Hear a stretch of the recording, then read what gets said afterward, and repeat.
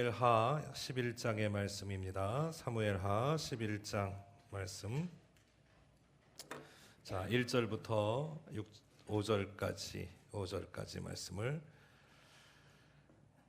읽겠습니다. 자, 우리 다 같이 한 목소리로 봉독하겠습니다. 그 해가 돌아와 왕들이 출전할 때가 되매 다윗이 요압과 그에게 있는 그의 부하들과 온 이스라엘 군대를 보내니 그들이 암몬 자손을 멸하고 랍바를 에워쌌고 다윗은 예루살렘에 그대로 있더라. 저녁 때에 다윗이 그의 침상에서 일어나 왕궁 옥상에서 거닐다가 그곳에서 보니 한 여인이 목욕을 하는데 심히 아름다워 보이는지라. 다윗이 사람을 보내 그 여인을 알아보게 하였더니 그가 아뢰되 그는 엘리암의 딸이요 햇사람 우리아의 아내 밧세바가 아니니까 하니, 다윗이 전령을 보내어 그 여자를 자기에게로 데려오게 하고 그 여자가 그 부족함을 깨끗하게 하였으므로 더불어 동침함에 그 여자가 자기 집으로 돌아가니라. 그 여인이 임신함에 사람을 보내 다윗에게 말하여 이르되 내가 임신하였나이다 하니라. 아멘. 여러분 반갑습니다. 네. 오늘 사무엘서 10번째 시간인데 많이들 못 오셨네요. 연말이라 바쁘신가 봐요. 네, 용두사미가 되면 안 되는데 공부가 한번 시작했으면 끝을 봐야 되잖아요, 그죠? 네, 끝까지 이제 10번째 시간이니까 11, 12번째 시간이 이제 거의 다 왔습니다. 끝까지 완주하시기를 바랍니다. 네. 사무엘하 11장의 말씀인데요. 사무엘하의 주인공은, 사무엘서의 주인공은 누굽니까? 사무엘입니까? 다윗입니까? 다윗이죠.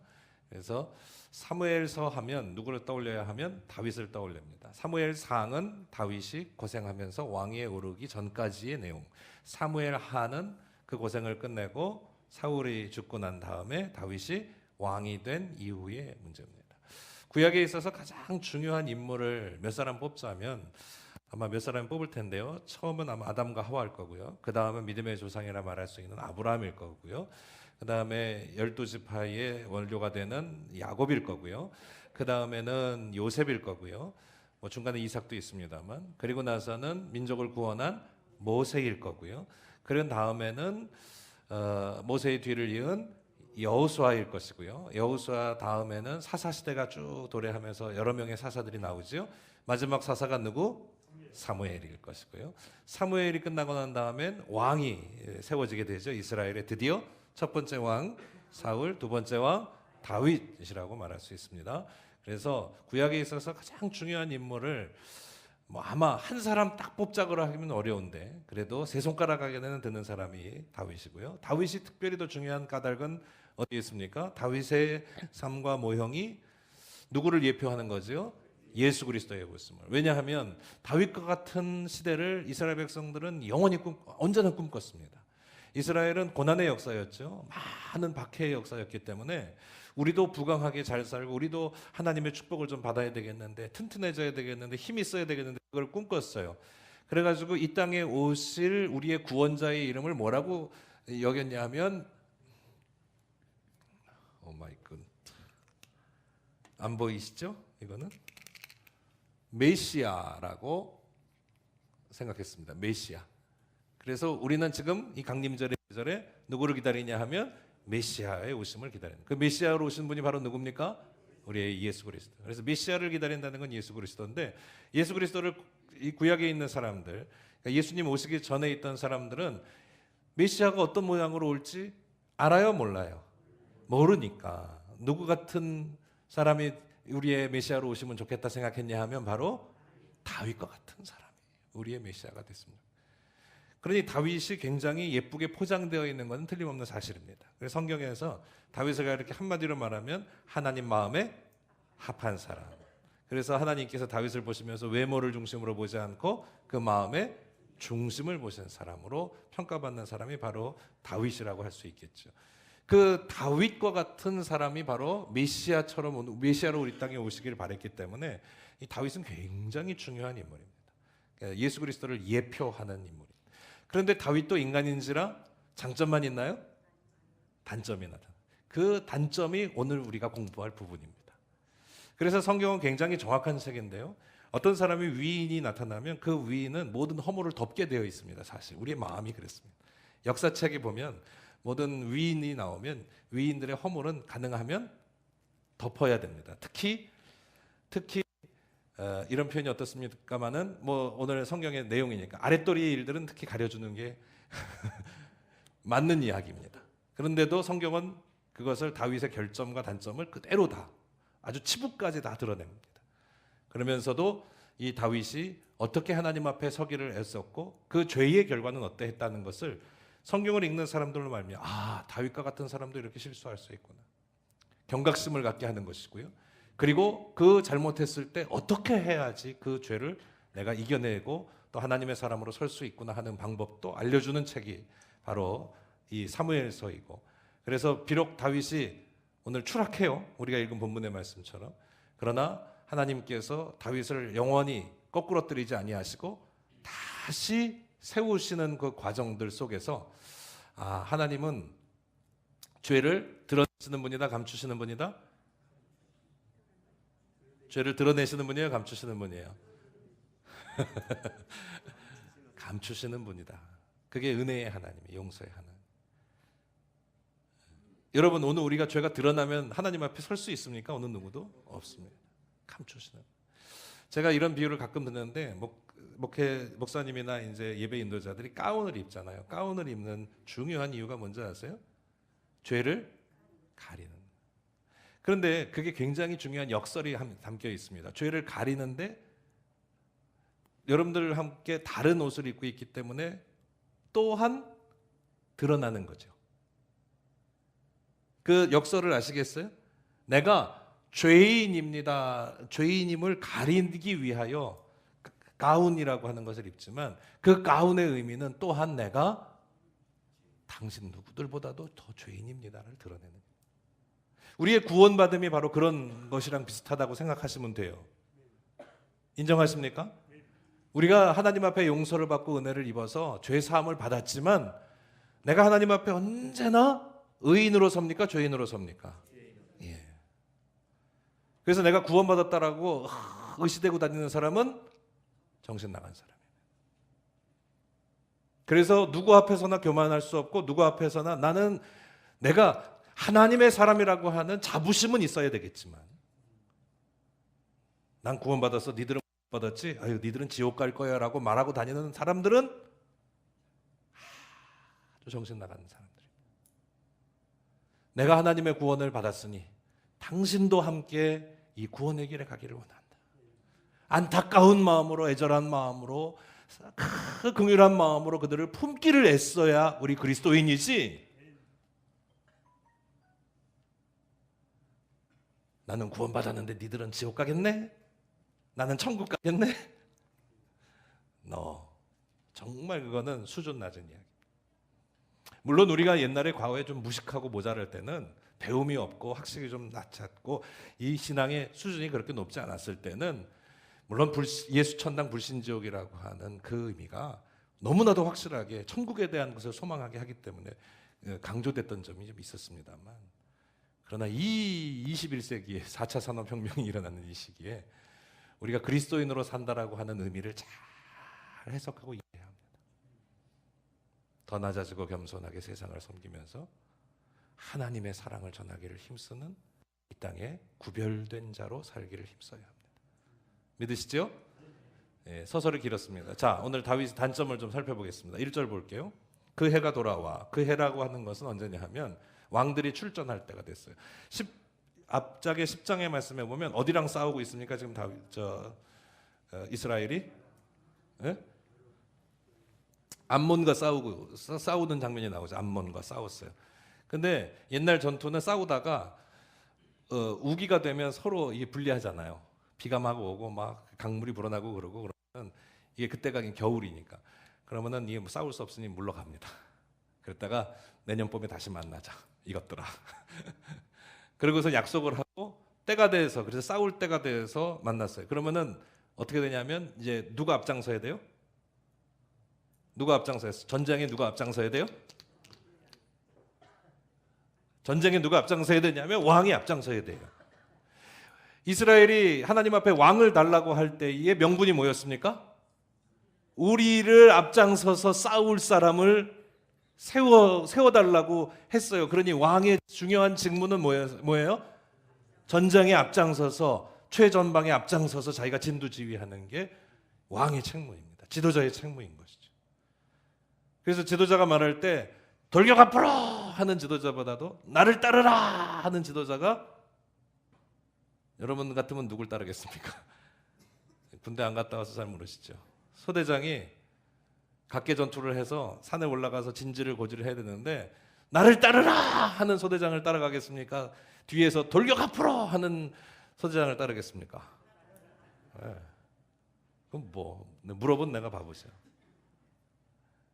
왕들이 앞장서서 그 전투를 해야 되는데 다윗이 벌써 모든 전투에서 이기다 보니까 금세 뭐가 찾아와요?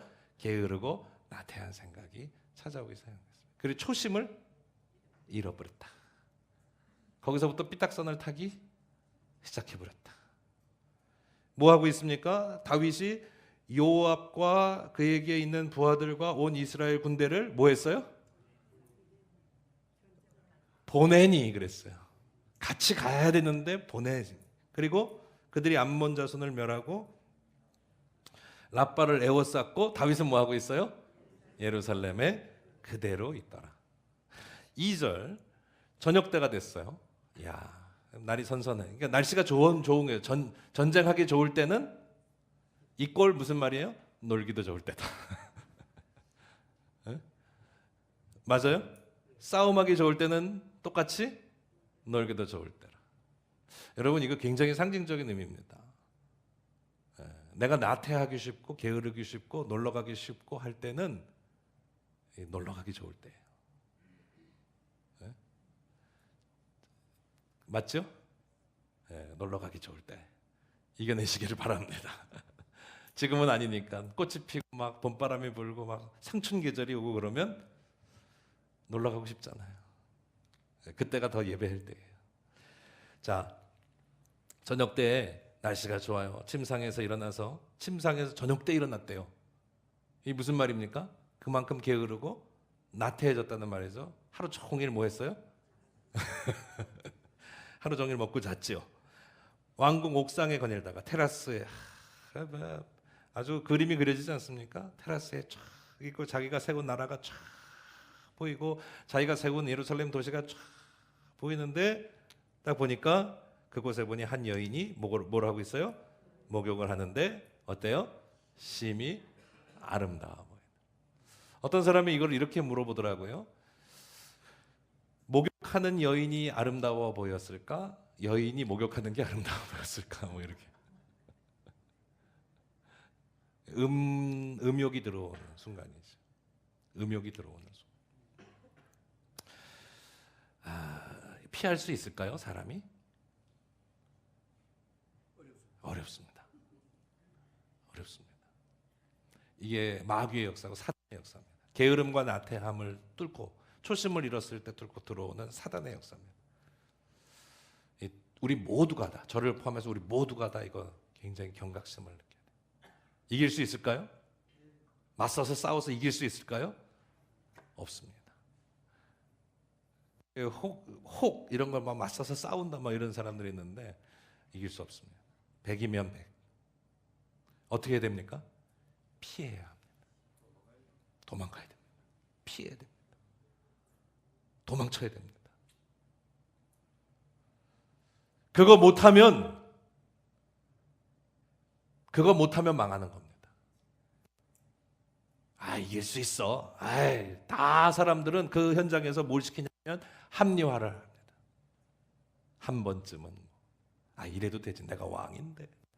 하필이면 저 여자가 저기 있었네. 이게 일인가? 별 생각을 다 하게 되어 있습니다. 떠나야 됩니다.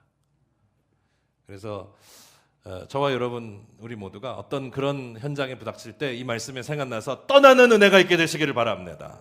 이거 못 떠나면 큰일 납니다. 요즘에요 얼마나 음란한 일들이 많은지 아십니까? 사실 이건 우리 시대적인 문제입니다. 다윗의 시대의 문제. 얼마나 가까이 있는지 아십니까? 떠나야 됩니다. 떠나야 됩니다. 자, 3절에 봅시다. 다윗이 사람을 그 여인을 알아보게 하였더니 그가 아뢰되 뭐라고 말하냐 하면 엘리암의 딸이요 햇사람 우리아의 아내 바세바가 아니니까 하니. 저 사람 바세바가 아닙니까? 우리아의 아내 햇사람 우리아의 아내 바세바가 아니니까라고 물어보는 이 저자, 이 성경의 저자가 얼마나 재미있는지 모릅니다. 이 말은 무슨 말입니까? 된다는 말입니까? 안 된다는 말입니까? 그죠?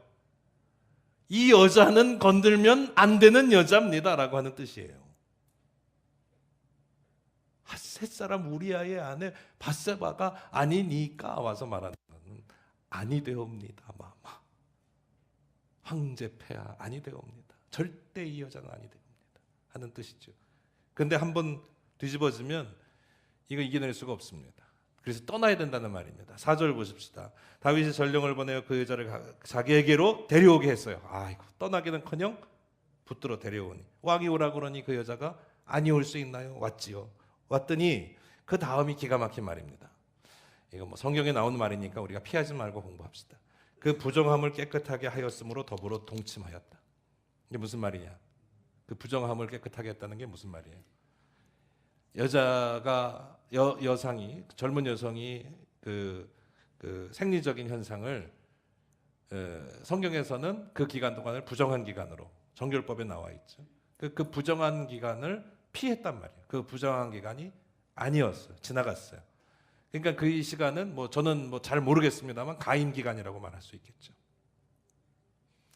그래서 동침하고선 아이를 낳게 되는데, 근데 이 말이 너무 어이가 없는 것이 부정함을 깨끗하게 하였으므로 동침하였다는 말입니다. 이게 무슨 말이에요? 정결법은 지켰어요. 근데 뭘 어겼어요? 하위법인 정결법은 레위기에 나와 있는 정결법, 부정한 여자와 동침하지 말지니라라고 하는 정결법은 지냈는데 뭘 어겼어요? 10계명은 어긴 거예요. 자, 여러분 여기서 문제 내겠습니다. 이런 문제를 사실 내가 내세야 되는데 너무 힘들어질까 봐. 몇 가지 계명을 어겼을까요? 다윗이. 2가지. 뭐하고 뭡니까? 살인죄. 우리아를 죽였습니다. 네, 맞습니다. 또 간음죄. 7계명이죠? 간음죄 7계명. 살인죄. 또 있습니다. 남의 이웃의 아내를 탐내지 마라. 10번째 계명. 또 있습니다.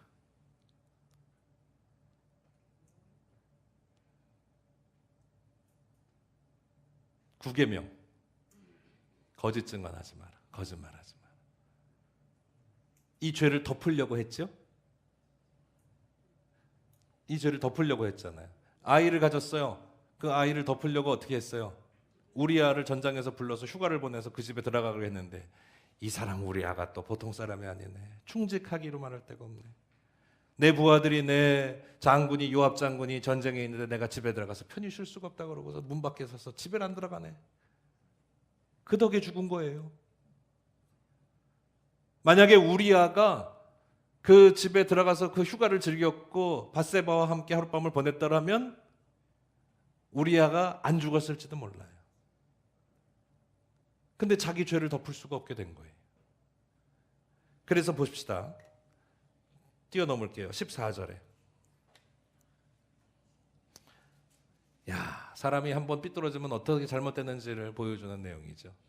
14절 읽어볼게요. 아침이 되매 다윗이 편지를 써서 우리아 손에 들려 요압에게 보내니. 편지의 내용은 뭐였느냐 하면 요압아, 우리아를 최전방에 성벽을 타게 올라가게 해 죽이라. 그 편지를 누가 들고 갔다고요?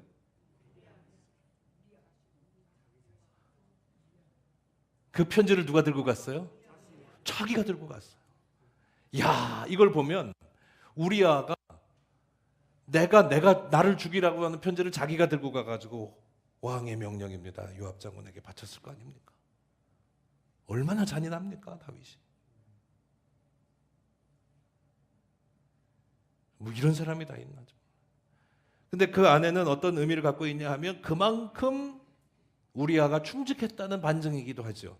왜냐하면 왕의 편지를 뜯어보지 않을 것이라고 하는 믿음을 다윗도 가졌고 우리아 스스로도 우리 왕의 편지를 내가 뜯어볼 수 없다라고 하는 신뢰감을 보이고 있는 것이죠. 어쨌든 자신의 죄를 덮기 위하여 우리아를 결국 최전방에 보내서 죽이고 맙니다. 제가 참 이걸 보면서 우리 모두가 다 경각심을 가져야 합니다. 초심에서 벗어나면 얼마나 사람이 비뚤어질 수 있는가. 자신할 수 없습니다. 누구도. 그래서 다시 한번 강조합니다. 절대로 음욕 피할 수 없습니다. 떠나야 합니다. 떠나야 해요. 이런 본문이니까 이런 말씀 드리죠. 이런 본문이니까 또 들어야 됩니다. 떠나야 됩니다. 특히 남성들이 더 합니다. 지금은 뭐 외람된 이야기이기도 하지만 지금은 말이에요. 세대가 완전히 바뀌었습니다. 세상이. 그래서 요즘에 그 남자들이요. 사실은 굉장히 조심해야 하는 시대에 살고 있는 거 아시죠? 알고 있죠? 다른 데 보지 말고 나를 보라. 알고 있죠들? 함부로 만져도 안 되고요. 잘 들어야 돼 진짜. 귀를 쫑긋 세우고 함부로 눈빛을 보내도 안 되고요. 함부로 말을 해도 안 됩니다. 이건 시대적인 문제예요. 이 시대는 바로 그런 시대예요. 근데 그거를 과거 시대에 자꾸 비추어서 이래도 된다라고 생각하는 거, 이래도 된다라고 생각하는 게 다윗의 생각이에요. 이러면 안 된다라고 끊어야 됩니다. 매우 조심해야 됩니다. 너무 조심해야 됩니다. 교회 안에서나 직장에서나 어디에서나. 맞습니까? 함부로 누구를 터치한다거나 예쁘다라고 만진다거나 괜찮지라고 끌어안는다거나 나한테 걸리면 진짜 장난이었어. 농담이었어. 그럴 수 있지 뭐 우리 사이에. 나한테 걸리면 죽는 거야 진짜. 정말 안 됩니다. 정말 안 됩니다. 진짜예요. 진짜.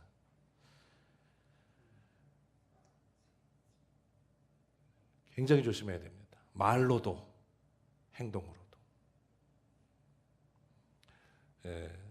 그런 일로 인해서 오해를 받거나 상처받는 일 없도록 오늘 우리가 사람 한 사람 조심하고 주의하고, 또 제가 이런 말씀을 좀 드리지만 앞에 서서 혹시 저로 인해서 그런 또 불미스러운 불편한 일들이 혹시라도 마음속에 담고 계시는 분들이 있을까 제가 두려운 마음이긴 한데요. 저도 조심 할 테니까, 하여튼 있는 힘껏 조심할 테니까,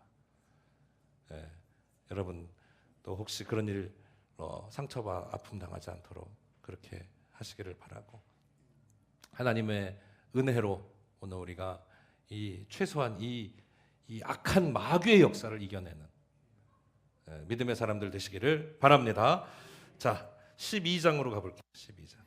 자, 근데 12장 가기 전에 그 27절 끝에 보면 11장 27절 보면 우리아 26절부터 봐야 되겠네요. 우리아의 아내는 그 남편 우리아가 죽었음을 듣고 그 남편을 위하여 소리내어 울었어요. 그 장례를 마침에 다윗이 사람을 보내 그를 왕궁으로 데려왔어요. 그가 그의 아내가 되어 그에게 낳은 아들이 낳았는데 다윗이 행한 그 일이 여호와의 보시기에 어때요? 여호와의 보시기에 너희 나쁜 놈아. 12장으로 가면 1절에 여호와께서 나단 선지자를 다윗에게 보내십니다. 자, 나단은 이 일을 알고 있어요? 모르고 있어요? 알고 있습니다. 나단만 알고 있나요? 아니면 사실은 다 알고 있는 건가요? 다 아는 사실이 된 거죠. 왜? 밧세바를 데리고 와서 지내게 됐으니까 뭐 온 국민. 하나님의 선지자 나단의 역할이 굉장히 중요합니다. 다 알다시피 나단의 역할이 매우 중요하죠. 그래서 하나님의 선지자, 바른 말을 하는 사람입니다. 이 시대에 바른 말을 하는 사람을 우리가 가까이 둘 수 있다면 그것은 우리에게 은혜요 축복입니다. 맞습니까? 듣기 좋은 얘기만 아니라 정직하게 바른 이야기를 해줄 수 있는 사람을 가까이 둘 수 있다면 그거는 정말 하나님의 은총이고 축복입니다. 그런 사람이 누구 있는지, 그리고 가능하면이 아니라 이거 뭐 하나님의 선지자, 하나님의 종이 그 역할을 할 수 있게끔 여러분들이 마음을 여시는 게 굉장히 중요합니다. 그게 우리가 사는 길이고요, 바른 길 가는 길입니다. 하나님 앞에 범죄하지 않는 길이기도 합니다. 누구도 자신할 수 없습니다. 누구도 자신할 수 없기 때문에 그렇습니다. 이 시대의 나단이 누가 되어야 하는지, 선지자가 필요한 시대입니다. 오늘 우리 성도들은 선지자가 왜 나타나지 않는가를 얘기할 뿐만 아니라 선지자를 세워주는 역할들도 해야 됩니다. 다윗이 잘못했습니다만 그래도 다윗이 잘한 일 가운데 하나가 뭐냐 하면 나단을 선지자로 세웠습니다. 어떻게 해요? 나단의 지적을 듣고 회개함으로. 비유를 하죠. 부자와 가난한 자가 있는데 부자가 가난한 걸 뺏어가지고 그걸 지가 다 먹으려고 그런다. 그랬더니 다윗이 듣고 어떤 놈이냐, 내가 그 놈을 죽여버리겠다.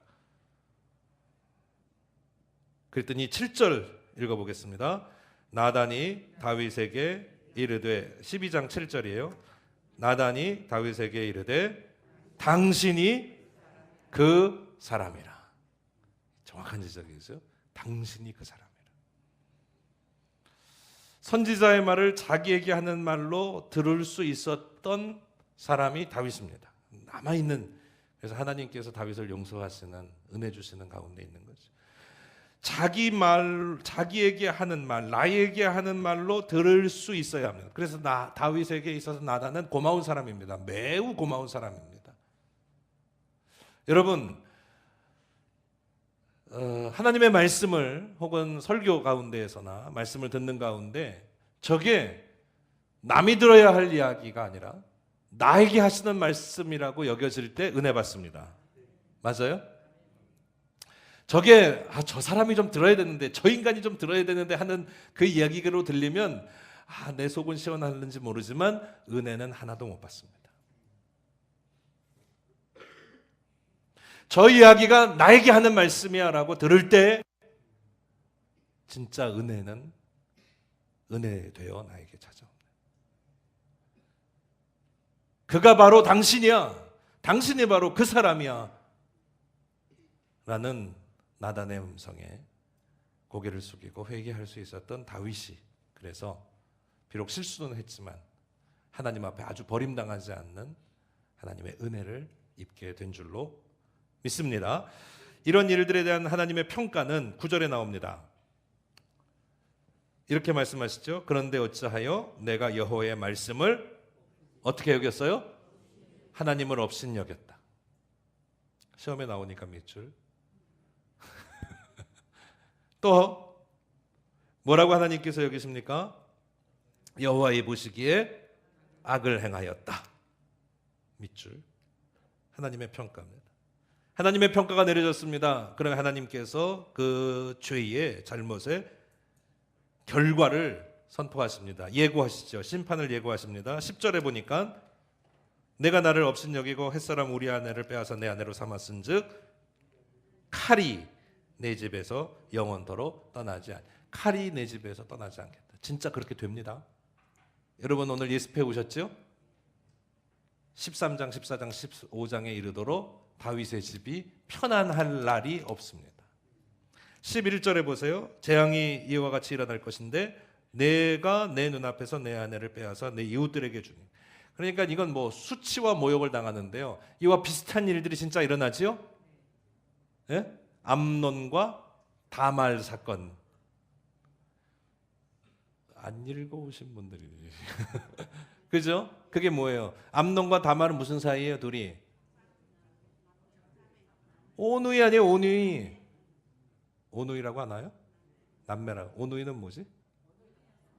아, 난 문제를 그렇게 냈는데. 아, 남매라고 냈어야 되는데. 이런.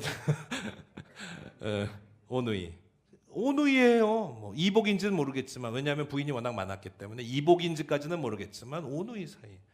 이게 얼마나 남사스럽고 부끄러운 일들이 바로 다윗의 죄의 결과로 일어나고 있다는 사실을 성경은 우리에게 아주 정확하게 꼬집어대고 있습니다.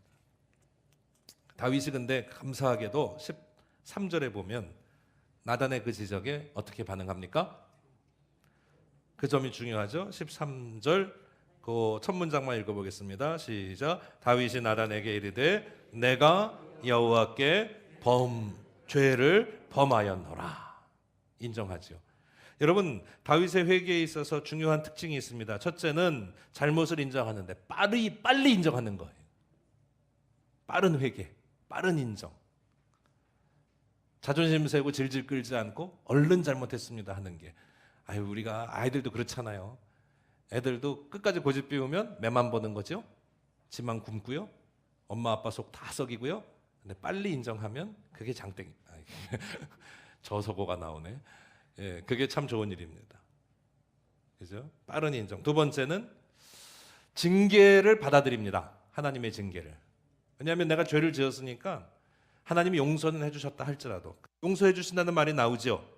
13절에 보면 나단이 다윗에게 말하되 여호와께서 당신의 죄를 사하셨나니 너는 죽지 않을 거야. 그래서 용서는 받았지만 그 죄에 따른 죄의 결과물은 받아들여야 하는 문제들이 생기게 되어 있죠. 그래서 그 징계를 받아들이는데요. 그 징계가 뭐였습니까? 다윗과 밧세바의 사이에서 낳은 아들이 시름시름 앓다가 죽죠. 그런데 그 시름시름 앓다가 죽는 그 가운데에서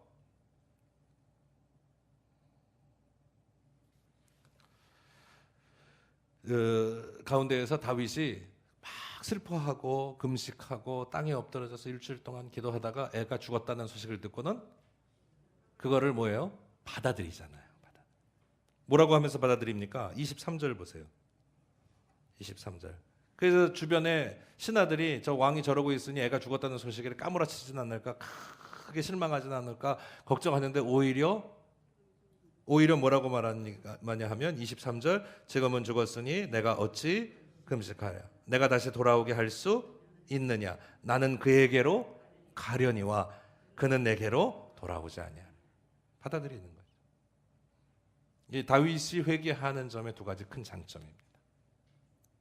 그리고 나서 하나님께서 다윗이 이 문제를 이렇게 그래도 극복해 나가는, 개인적으로 극복해 나가는 과정으로 하나님께서 누구를 선물로 주시냐 하면 24절에 보니까 누구를 주셔요? 선물로 다윗과 밧세바 사이의 두 번째 아들 솔로몬.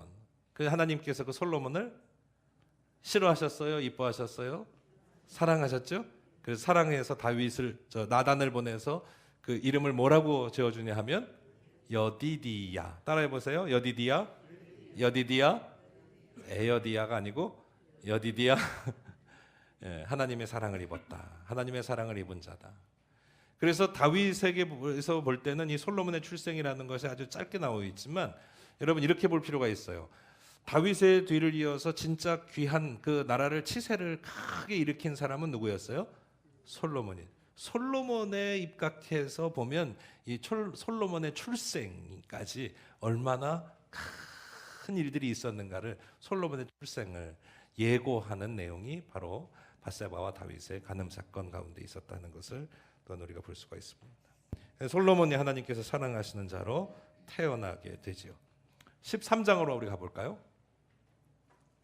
그리고 나서 아까도 잠깐 말씀을 드렸지만 다윗이 밧세바와 간음 사건으로 말미암아 하나님께서 징계하시는, 심판하시는 내용이 그대로 현실화됩니다. 13장 1절에 보세요. 그 후에 이 일이 있으니라. 또 다른 일이 생기기 시작한 거예요. 다윗의 아들 누구? 다윗의 아들 누구요? 따라해 보세요. 압살롬. 날 보고 얘기하지 마시고 꼭 나한테 욕하는 것 같으니까. 이름은 참 뭐 거시기 한데요. 이 이름이 중요한 이름이에요. 다윗의 아들 압살롬에게 어떤 누이가 있었어요? 아름다운 누이가 있으니 그 이름은 뭐예요? 다말. 그러면 압살롬하고 다말은 무슨 사이? 남매, 오누이 사이. 그리고 다윗의 다른 아들 암논이 있었습니다. 그래서 압살롬과 암논은 무슨 사이? 압살롬과 암논은 무슨 사이? 형제 사이. 뭐 이복인지 이복인지 다복인지는 모르겠지만 어쨌든 어찌됐건 형제 사이에. 이복 형제도 형제니까 형제는 형제니까요. 그래서 압살롬, 다말, 암논은 다 형제 자매간입니다. 그런데 해서는 안 될 사랑을 하죠.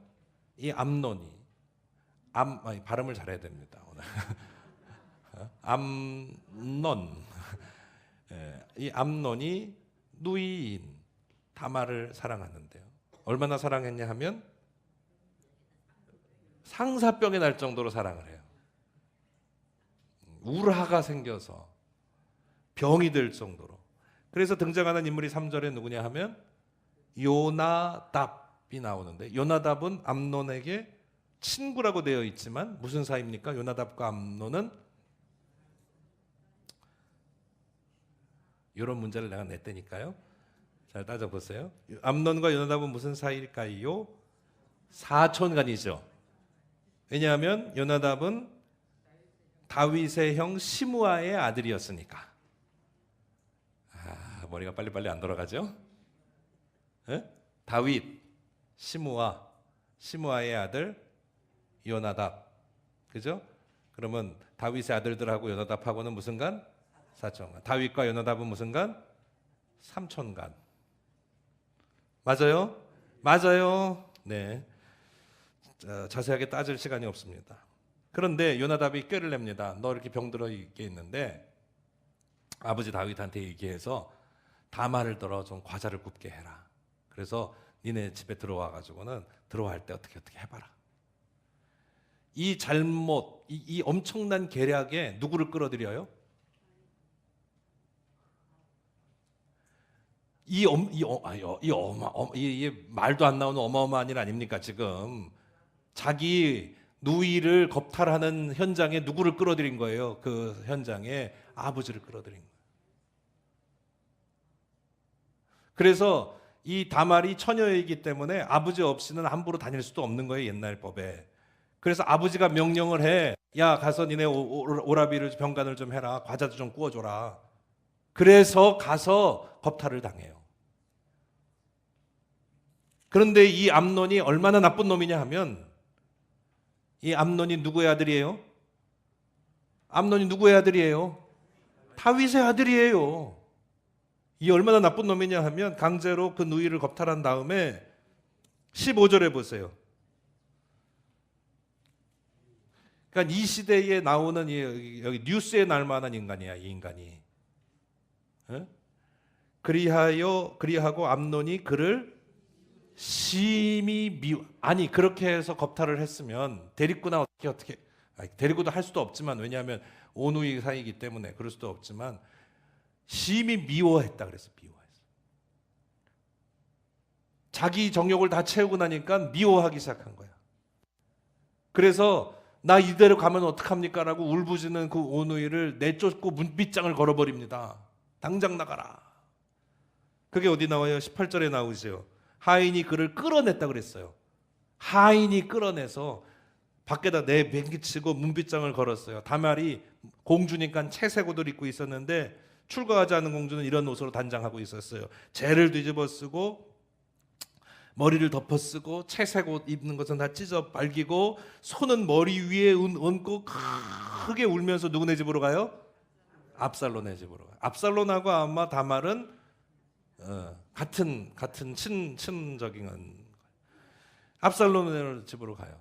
그런데 이 채색 옷을 재를 뒤집어 쓰고 옷을 찢고 머리를 위에 손으로 가렸다는 표현이 어디도 나오냐 하면 15장 30절 보세요.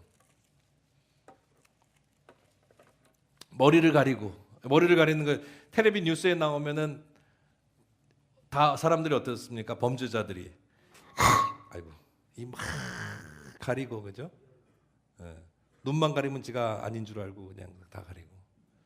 그 부끄러움의 표시 30절에 보니까 다윗이 압살롬한테 쫓겨가서 예루살렘을 도망쳐서 감난산 올라갈 때 맨발로 머리를 가리고 그러죠. 수치스러워서 머리를 가리고 부끄러워서 머리를 가리고. 이 잘못과 죄악의 시초가 어디서부터라고요? 다윗의 간음 사건에서부터 나와. 그 압살롬의 집으로 다말이 도망갑니다. 근데 압살롬은 자꾸 발음이 이상해서 이해하십시오. 이 압살롬은 굉장히 주도면밀한 사람입니다. 엄청나게 주도면밀한 사람. 좀 이따가 말씀을 드려볼게요. 지금은 참아냅니다. 몇 년을 참냐하면 23절에 보세요. 몇 년 참았어요? 만 2년을 꾹꾹 눌어 참아. 때를 기다리고 있다가 자기 양털 깎던 날에 형제들을 쫙 불러 모은 그 자리에서 보란듯이 형제의 난이죠. 암논을 죽입니다. 그 형제들이 노새를 타고 그냥 다 도망가고 아버지 다윗은 우리 아들들 다 죽었다고 생각해가지고 까무라치고 있는 사이에 지는 도망갔어요. 그술 땅이라고 하는 곳으로 도망갔어요. 어디 나옵니까? 그술 37절 13장 37절 잘 따라하고 계시죠? 그술 왕 암미훌의 아들 달메에게 갔어요. 그래서 결국은 다말을 복수를 하고 갔는데 다말이 어떻게 지냈는지 20절 보세요. 20절로 가보면 그 누이야 잠잠히 있어라 근심하지 말라. 다말이 그의 오라버니 압살롬의 집에 있어 어떻게 지냈어요? 처량하게 지냈다는 말이 칠성했다는 말이에요. 오라비한테 그렇게 당하고선 쫓겨났으니 실성할 만하지. 그러니 압살롬이 2년 동안 참고 있다가 때를 기다려서 암논을 죽입니다. 형제끼리 죽이는 것이죠.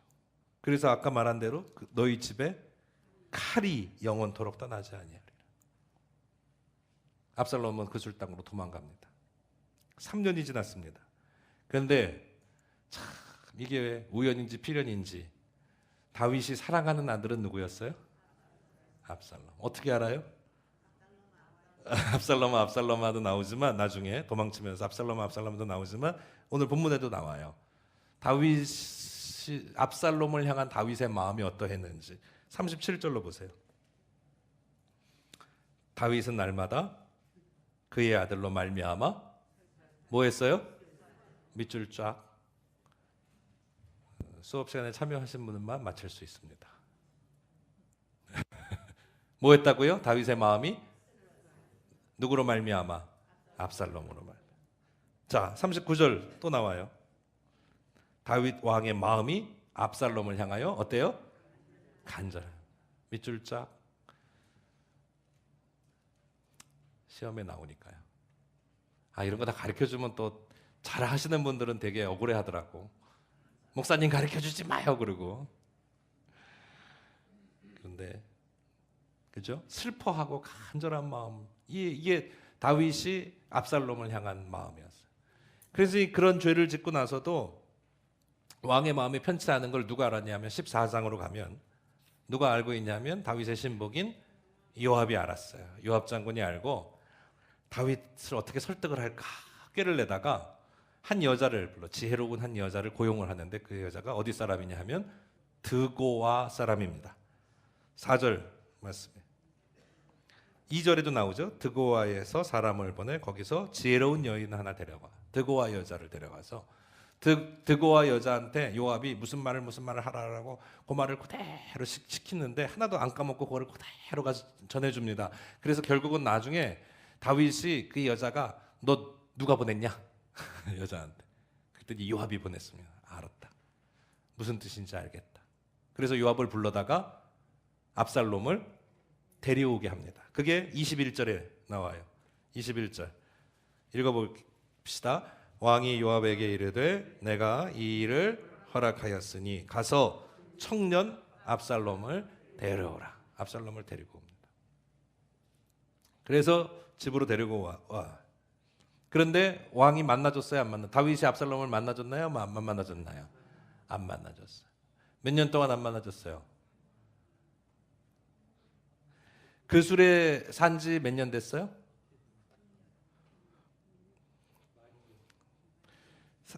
13장 38절에 보면요, 그술 땅에 지낸 지가 몇 년 됐어요? 13장 38절 3년, 그죠?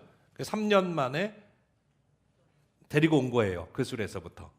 그리고 데려는 왔는데 다윗이 압살롬을 만나줬어요, 안 만나줬어요?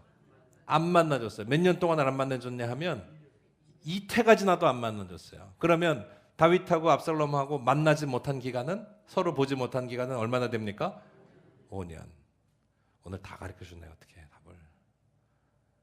그러니까 5년 동안이나 압살롬이 다윗을 만나지 못해요. 그리고 예루살렘에 다시 내가 돌아온 지 2년이 지나도 왕이 나를 부르질 않아. 요압이 중신을 좀 서줘야 되는데 요압이 꿈쩍도 안 해.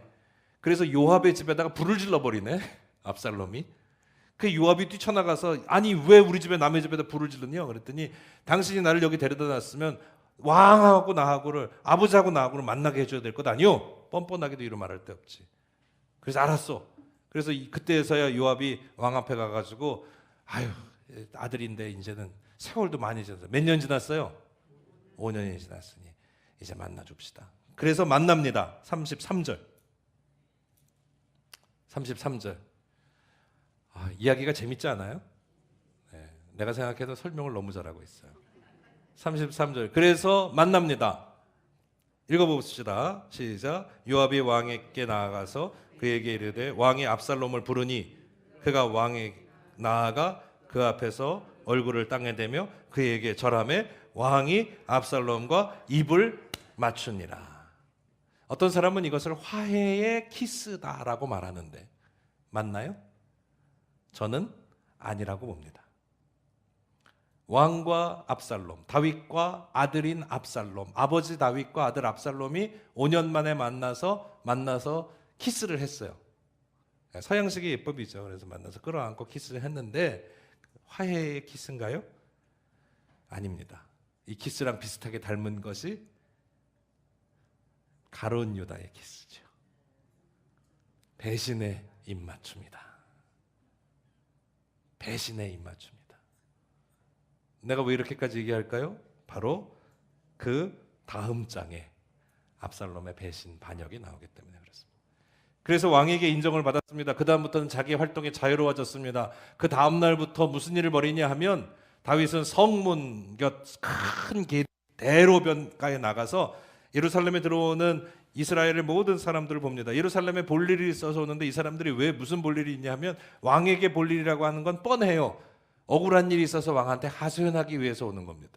재판 결과를 기다리는 거예요. 그 재판을 압살롬이 딱 하니 앉아서 내가 해줄게, 그리고 해줍니다. 근데 왕도 그것을 그대로 내버려둔 이유가 있습니다. 왜 내버려둘까요?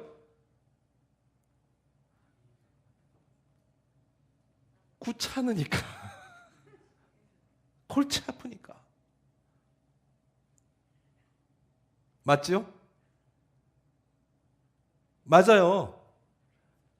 다 앞에서 하루 공사를 보기 시작하면 하루 아침부터 밤늦게까지 사람들이 줄을 나비를 서서 이게 억울합니다, 이게 분합니다, 이걸 좀 해결해 주십시오 하고 하루 종일 그걸 해야 되는데, 그걸 누가 해준 거예요?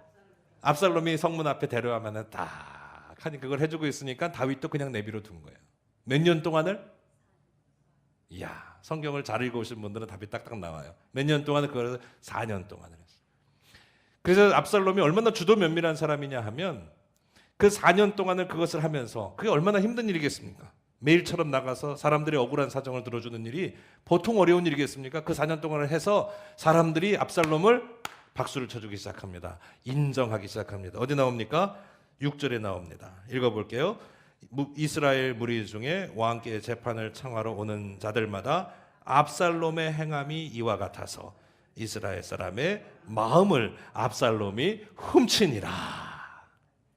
이스라엘 사람들의 마음을 압살롬이 다 뺏어갔어요. 다윗 왕까지 갈 필요 없다. 압살롬한테만 가면 이 문제를 해결해 주더라. 공정하게 해주더라. 그 사람 참 지혜롭더라. 이야, 그 사람 참 멋지더라. 근데 압살롬이 생기기도 엄청 잘생겼어요. 그 엄청 잘생긴 내용이 25절에 나오죠. 매력적인, 사람들이 매력적으로 생겼어요. 이스라엘 가운데서 압살롬과 같이 아름다움으로 크게 칭찬받은 바가 없었으니 발바닥에서부터 정수리까지 흠이 없고. 야, 뭐 이런 사람이 다 있냐? 그의 머리털이 무거움으로 연말마다 깎았어. 그러니까 중동 사람들 털 많은 거 아시죠? 우리나라 사람하고는 달라요. 털이 얼마나 많은지 몰라요. 근데 그 털 많은 게 자랑이라, 이 사람들은. 털 많은 자랑한 사람이 누구게요? 삼손. 네, 머리털 많아서 자랑한 삼손. 또 누굴게요? 에서. 맞습니다. 에서. 예. 그래서 쌍둥이인데 쌍둥이잖아요. 에서하고 야곱은 엄마가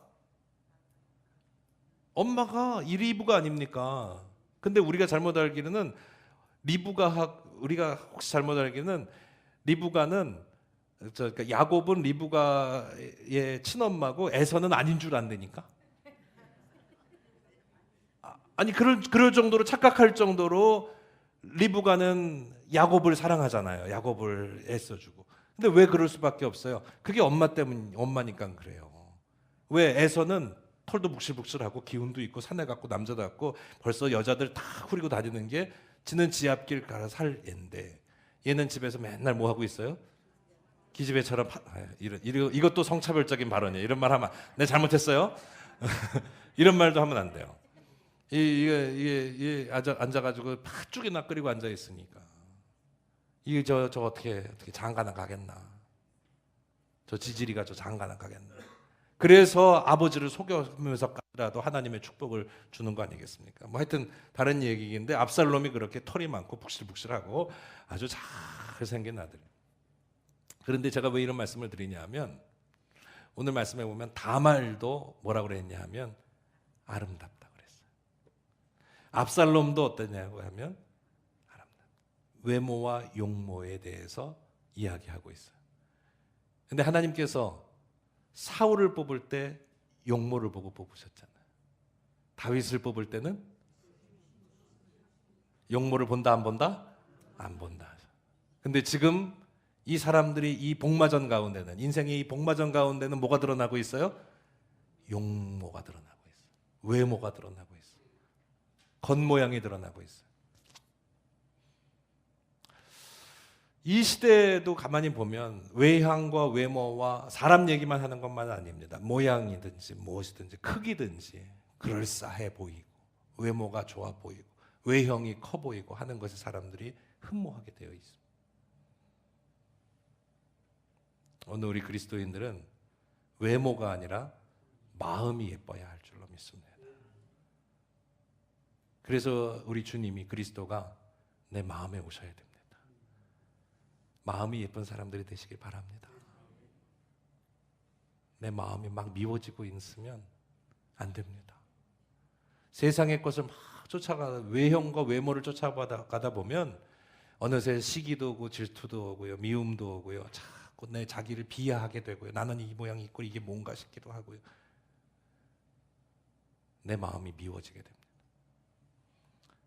우리 안에 이 강림절에 예수님이 오셔서 우리 마음에 오셔서 우리 마음이 예뻐지게 되기를 바랍니다. 마음이 예쁜 사람은 말도 예쁘게 하고 행동도 예쁘게 할 수밖에 없어요. 겉이 예쁜 사람이 말 예쁘게 하라는 법이 없고요, 행동 예쁘게 하라는 법 없습니다. 사랑하는 여러분, 주님이 이 땅에 오셔서 우리 가운데 우리의 외모가 아니라 우리의 중심을 보시고 우리 마음에 임하셔서 우리의 마음이 예뻐지는 은혜가 있게 되시기를 바랍니다. 이 말씀을 보면서 그런 생각이 들었습니다. 자, 그래가지고는 어디까지 했나요? 네? 잊어버렸어요. 어디까지 했는지. 네, 마음을 훔쳤죠. 그 마음을 홀딱 훔쳐 15절에. 그래가지고는 그 시간이 몇 년 동안이었다고요? 7절에 보니까 4년 만에 압살롬이 왕께 아래서 이제는 드디어 일을 꾸밀 때가 됐어요. 어떻게 하겠냐 하면 내가 서운한 것이 있어서 헤브론에 가가지고 그 일을 좀 이루어야 되겠습니다. 헤브론이 어딘가요? 다윗이 왕이 되었던 유다의 왕에 등극했던 곳이 헤브론. 굉장히 역사적인 장소죠. 의미 있는 장소입니다. 다윗이 허락을 해줍니다. 예루살렘에서 헤브론을 가는 것을. 그랬더니 헤브론에서 다 작당을 해가지고 사람들을 모아가지고선 예루살렘으로 진격을 해오는데 사람들의 마음은 다 누구에게로 가 있어요? 압살롬에게. 그걸 뭐라고 13절에 뭐라고 말하냐 하면 전령이 다윗에게 말하되 이스라엘 인심이 다 압살롬에게 갔나이다. 심지어 누구까지도 12절에 보니까 심지어 누구까지도 넘어갔어요? 다윗의 모사, 책사지요. 다윗의 책사 길로 사람 아히도벨까지도 압살롬에게 넘어갈 정도니까 홀딱 넘어간 거예요. 그러니 방법이 없네. 그래서 다윗이 도망칩니다. 어떻게 도망치냐 하면 그냥 16절에 보니까 후궁 10명 왕이 남겨두고 왕궁을 지키게 하고는 부랴부랴해서 뛰쳐나가는데 그때 따라온 사람이 누구냐 하면요 19절의 말씀에 보니까 가드 사람 이때 600명 가드 사람이 이끌고선 왕이 사양합니다. 나를 따라오면 너희가 치도곤을 당하게 될 테니까 그냥 집으로 너희는 돌아가는 게 좋겠다. 그래도 이때가 끝까지 내가 왕을 호위하겠다. 의리를 지키는 것이죠. 가드 사람 이때가 그래서 끝까지 지킵니다. 그때 따라왔던 것이 놓치지 않고 따라왔던 사람이 누구냐 하면 사독과 아비아달 제사장이에요. 뭘 가지고 옵니까? 사독과 아비아달이 자 24절에 보세요. 보라 사독과 그와 함께 한 모든 레위 사람도 하나님의 언약궤를 메다가 따라오다가 내려놓습니다. 야, 이거를 모시고선 도망갈 지경은 아닌 거야. 그래서 다윗이 결단합니다. 나조차고 하나님의 법궤를 옮겨가는 건 이게 마땅치 않겠다. 그래서 사독하고 아비아달에게 당신들은 하나님의 법궤를 지고 예루살렘으로 도망가시오. 그러면 사독과 아비아달에게 두 아들이 있었어요. 사독의 아들은 아히마스, 아비아달의 아들은 요나단. 몇 절에 나와요? 27절에. 또 36절에도 나와요. 맞아요. 27절에 먼저 보세요. 너희의 두 아들 곧 아히마스와 아비아의 아들 요나단을 데리고선 너희들은 성으로 들어가라. 그래서 도망치다가 다시 예루살렘 성 안으로 하나님의 법궤를 모시고 들어가게 합니다. 그리고서는 아까도 읽었지만 30절에 머리를 가리고 맨발로 감난산을 넘어서 도망치는 다윗의 처량함을 오늘 우리가 만날 수가 있는 것이죠. 그리고 나서는 32절에 보니까 다윗을 맞이해 주는 사람이 한 명이 나오는데 그 사람이 누구냐 하면 아렉 사람인 후세라고 하는 인물이 그냥 쫓아와서 다윗을 맞이해 줍니다. 근데 그때 다윗이 이 후세에게 이대로 도망갈 수는 없다. 무슨 지령을 내려주냐 하면 지금 예루살렘에 누가 들어갔어요? 하나님의 법궤를 들고 아히마스와 요나단이 들어갔죠? 아버지 제사장의 두 아들이 들어갔잖아요. 그리고 후세에게 넌 가서 압살롬한테 가서 전향한 척해라. 왜냐하면 다윗을 만났다는 증거가 없으니까 이 사람은 밖에서부터 온 사람이니까 그냥 압살롬한테 충성해서 전향하는 척을 해라. 그리고 압살롬의 하는 모든 행위를 누구한테 가르쳐줘라? 조금 전에 들어간 제사장 아히마스와 요나단한테 가르쳐줘라. 그래서 이 세 사람이 다윗의 지령을 받고 예루살렘에 남습니다. 세 사람 누구요? 아히마스, 요나단, 후세. 야, 이름들도 어려워서 외우기도 힘듭니다만 시험에 나오니까 제가 가르쳐 드리는 거죠. 자, 그 세 사람이 남겨서 이 세 사람이 나중에 다윗이 다시 복귀하게 하는 데 역할을 하게 되죠. 그래서 여기까지 사무엘 하 15장 말씀인데요. 자, 36절과 7절 말씀이 바로 그 내용이 나옵니다. 한번 읽어볼게요. 시작. 그들을 두 아들 곧 사독의 아들 아히마스와 아비아달의 요나단이 그들과 함께 거기 있나니 너희가 듣는 모든 것을 그들 편에 내게 소식을 알릴지라 하는지라. 다윗의 친구 후세가 그 성읍으로 들어가고 압살롬도 예루살렘으로 들어갔더라. 오늘 여기까지 우리가 공부했습니다. 다윗의 실수, 범죄와 실수라고 하기가 어렵죠. 그 범죄를 이겨내지 못한 다윗의 큰 불행한 일들이 그 가정을 넘어서 그 자녀들에게까지, 그 자손들에게까지, 또 국가적으로까지 큰 잘못이 펼쳐지는 걸 보면서 다시 한번 이런 말씀을 우리 함께 결심하며 나누었으면 좋겠습니다. 내 신앙을 지키는 게 너무 어렵습니다. 맞습니까? 내 믿음, 내 신앙 지키는 거 참 어렵습니다. 여러분, 특히 뭐 여러 가지 이유로, 조금 전에는 뭐 간음 얘기도 했지만 외부적인 유혹과 또 여러 가지 이유로, 여러 가지 그냥 뭐 이루 말할 수도 없는 이유로 내 믿음, 내 신앙 지키는 것이 참 어렵습니다. 이럴 때일수록 정신을 똑바로 차리고 하나님 앞에 우리가 기도하면서 정말 내 믿음, 내 신앙 잘 지켜 나가게 되시기를 바랍니다. 바랍니다. 그래서 아까도 얘기했지만 다윗이 언제부터 삐뚤어지기 시작하냐 하면 쉬는 시간부터 삐뚤어집니다. 요맘때쯤 되면 나 못해요, 나 쉴게요, 나 좀 그만할게요, 이런 사람들이 많이 나옵니다.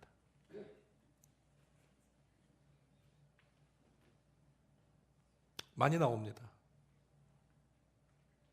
근데 오늘 제가 뭐 일부러 택한 본문도 아니잖아요. 없는 말을 만들어 하는 얘기도 아니고요. 하나님께서 내게 맡겨주신 사명, 그 무엇이든지 믿음으로 잘 감당하기를 기도하면서 내 믿음과 내 신앙을 잘 지켜 나아가는 것이 내가 사는 일이고요. 우리 가정이 사는 일이고요. 우리 교회가 사는 일이고요. 우리 민족이 사는 일입니다. 만약에 누구 한 사람이라도 여기서 음란을 넘어졌다고 쳐봅시다. 그 가정은 풍비박산이다.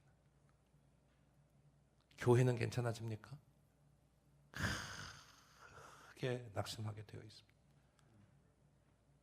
주변과 이웃은 얼굴도 들어올지고 머리를 가리고 다녀야 됩니다. 내 믿음과 내 신앙을 잘 지킬 수 있도록 정말 예수님 기다리는 마음으로 주님을 잘 모시고 내 마음이 미워지지 않게 하십시오. 내 마음이 미워지지 않게 하십시오. 하나님의 은혜가 함께 하시기를 바랍니다. 찬송